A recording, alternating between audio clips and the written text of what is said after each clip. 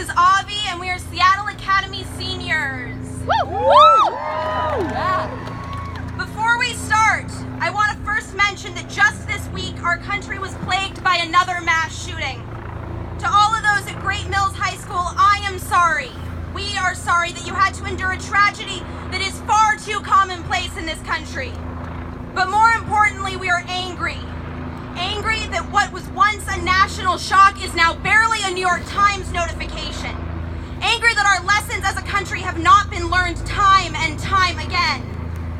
We are gathered here today to say that mass shootings have no place in our schools, our communities, or our country.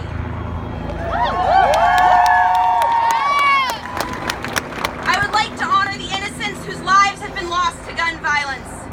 The students and educators of Marjory Stoneman Douglas High School this year joined more than 150,000 Americans who have experienced a school shooting over the last 2 decades. That is unacceptable.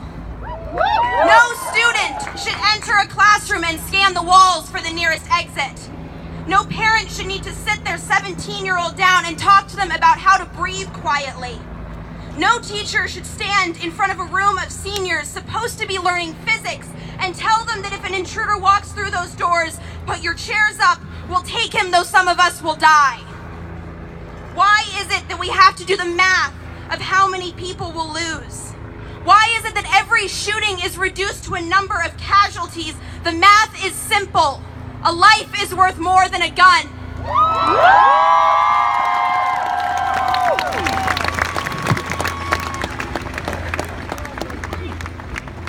The truth of the matter is that this issue is preventable.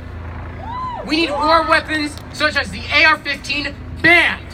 Weapons that were intentionally designed to cause maximum bodily harm.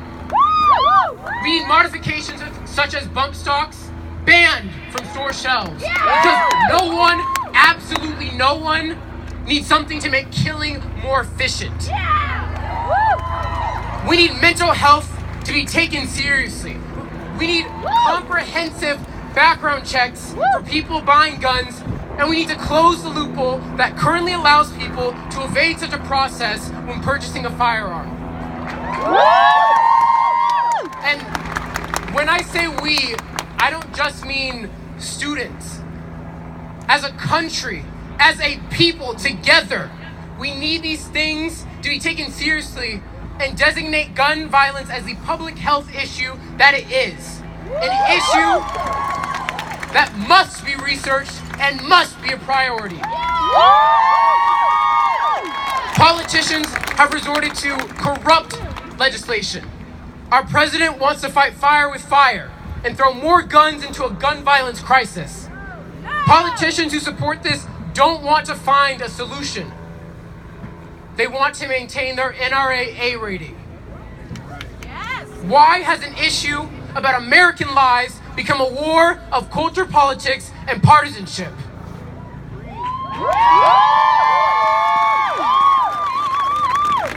You know why nothing happens in Congress? Because Congress people are more afraid of the NRA than they are of us. They think we will ignore their inaction, that we will look the other way as the NRA lines their pockets with blood money. Well, if I was an NRA member of Congress, I'd be pretty afraid right now.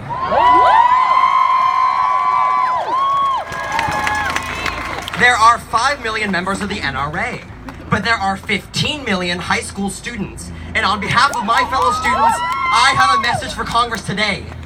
You may think we're too young, too lazy, too cynical to have an impact.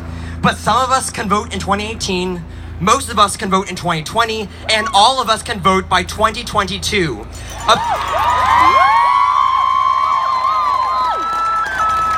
Opposing gun control will have a political cost. But to make good on that promise, we need to turn can vote into will vote. We need to make our voices heard at the ballot box, to show up and vote. Because at its core, gun violence is a political problem, not a technical one. We know how to end gun violence, we just need the political will to do so. And that's where we all come in. We need to build a movement that not only shows up at marches, rallies, and walkouts, but also on election day. To achieve common sense gun laws, we need to show our representatives that if they oppose us, we will vote them out of office.